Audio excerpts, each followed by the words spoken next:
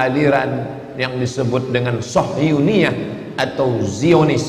Mereka bukan sekedar agama, tapi juga dia adalah politik. Yahudi agama yang unik, dia agama dan dia juga suku. Nabi Ibrahim punya anak laki-laki bernama Ishak. Nabi Ishak punya anak laki-laki bernama Yakub. Nabi Yakub punya anak bernama Yusuf. Yusuf punya saudara kandung bernama Yahuza. Cucu cicit keturunan Yahuza inilah Yahudi yang disebutkan dalam hadis ini. Lalu kemudian cucu cicitnya ini berkembang biak sampailah hari ini, dan mereka menjadi satu suku besar, dan mereka tidak ada Yahudisasi. Kalau Kristen ada Kristenisasi. Yang non-Kristen diajak masuk ke dalam agama Kristen, tapi Yahudisasi tidak terjadi karena Yahudi tidak menerima orang selain Yahudi. Andai bapaknya Yahudi pun akan dilihat maknya Yahudi atau tidak. Maka ketika negara Israel terbentuk, orang-orang Yahudi dari seluruh dunia pulang kembali, yang mereka sebut sebagai Ardul Mi'ad, tanah yang dijanjikan oleh Tuhan. Lalu kemudian mereka periksa satu persatu, berapa banyak Yahudi menikah dengan orang Rusia, berapa banyak Yahudi menikah dengan orang Eropa. Maka anaknya tidak diakui karena ibunya bukan Yahudi. Dan ada satu lagi Yahudi di Afrika, ramai-ramai Yahudi Afrika datang, ini pun tidak diakui karena Yahudi putih, tiba-tiba ada Yahudi hitam.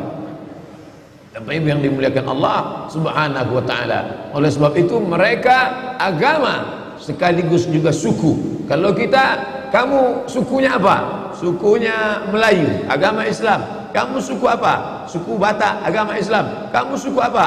Suku Minangkabau, agama Islam. Mereka tidak. Suku Yahudi, agama Yahudi. Lalu kemudian suku dan agama ini berpikir tentang menciptakan sebuah negara. Itu berasal dari pikiran Theodor Herzl.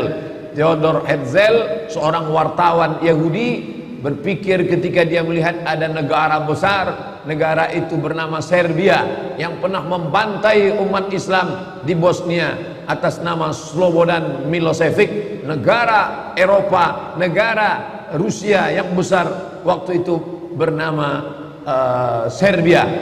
Maka Theodor Herzl berpikir, kalau Serbia punya negara, mengapa kita orang Yahudi tidak punya negara? Maka dia kumpulkan orang-orang Yahudi dari seluruh dunia, maka mereka pun berkumpul. Inilah cikal bakal Zionis yang ingin mendirikan sebuah negara. Akhirnya tahun 1946 mereka pun berhasil mendapatkan tanah Palestina.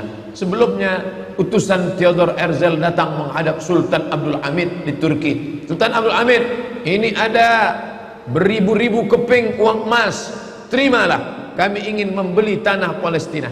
Sultan Abdul Hamid menolak emas-emas itu. Dia katakan Palestina direbut dengan tetesan darah para syuhada. Mereka mati karena Allah Subhanahu wa ta'ala. Aku tidak akan menjual sejengkal pun tanah Palestina kepada kalian.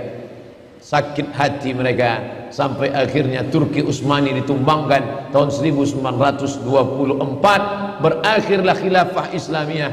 Maka dengan itu muluslah perjalanan Yahudi. 1924 Turki Utsmani tumbang. 1946 umat Islam terpecah-pecah. Belanda menjajah Indonesia, Inggris menjajah Malaysia, Brunei Darussalam, Singapura, Prancis menjajah Mesir, Libya, Tunisia, Aljazair. Lalu kemudian Itali menjajah Libya.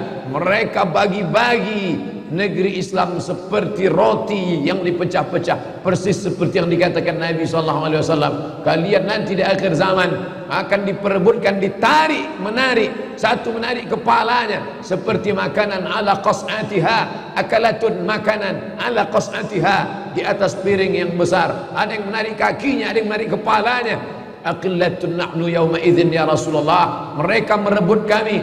Apakah kami waktu itu sedikit ya Rasulullah? Kata Nabi, tidak. Bal antum katsirun. Kalian ramai, kalian banyak. Lakinnakum ghusaun ka ghusais sail.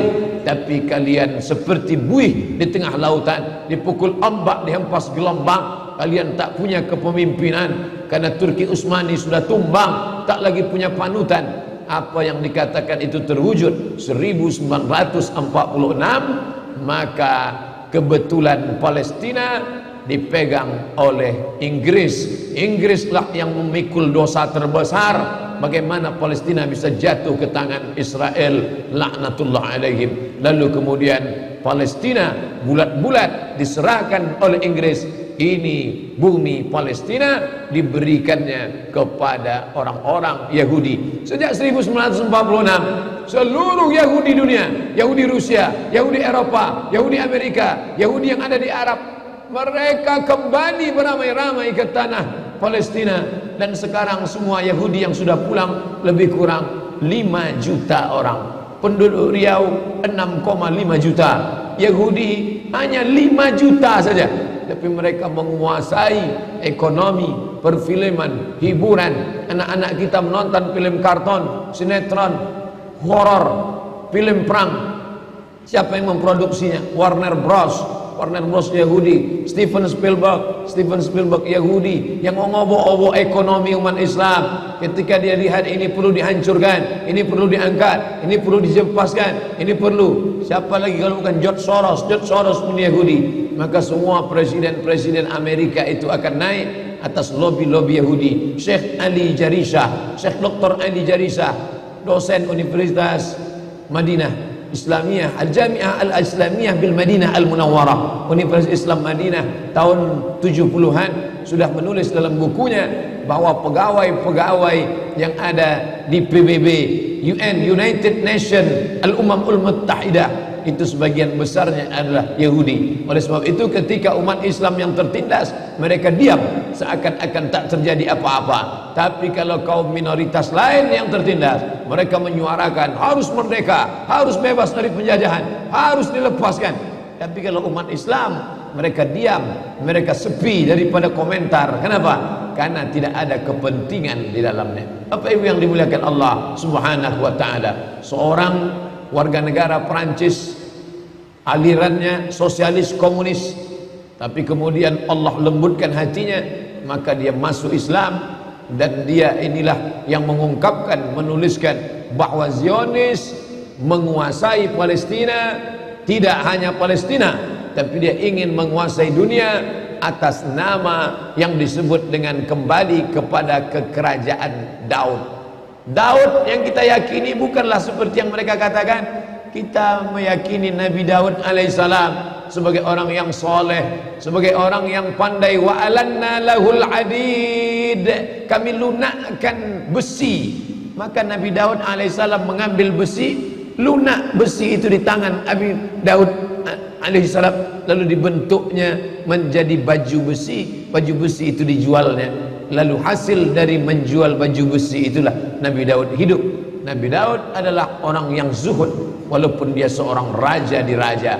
Makanya kata Nabi SAW, ahabbus saum ilallah, puasa yang paling dicintai Allah saumi Daud, puasa Nabi Daud alaihissalam. Tapi mereka menggambarkan Daud sebagai raja yang perkasa. Raja Daud inilah kata mereka raja di raja mereka. Mereka menyebutnya King David. King David lahir punya anak laki-laki bernama King Solomon. Kita menyebutnya Sulaiman alaihissalam. Tapi bukanlah seperti namanya sama, tapi kepribadian yang berbeda. Mereka menampilkan sebagai raja yang beringas, raja yang brutal. Sedangkan Allah Ta'ala menceritakan Nabi Sulaiman sebagai orang raja, nabi yang lembut. Sampai-sampai dia menahan pasukannya, jangan kalian lewati tanah ini, karena aku mendengar ada suara lembut. Ya ayyuhan namlu dukhulu masakinakum, hai para semut-semut, masuklah kalian ke sarang kalian, agar supaya jangan sampai pasukan Sulaiman menginjak perut kalian. Yahtimannakum junud, jangan sampai pasukan Sulaiman menginjak kalian. Fatabassama dhahika, Nabi Sulaiman tersenyum. Begitulah hebatnya kekuasaan Sulaiman, begitulah hebatnya ilmu Nabi Sulaiman. Sampai-sampai semut pun tak ada yang terinjak, tak ada perut semut yang pecah. Tapi mereka menggambarkan Sulaiman sebagai raja yang brutal, yang beringas, dan mereka ingin mengembalikan lagi kerajaan ini.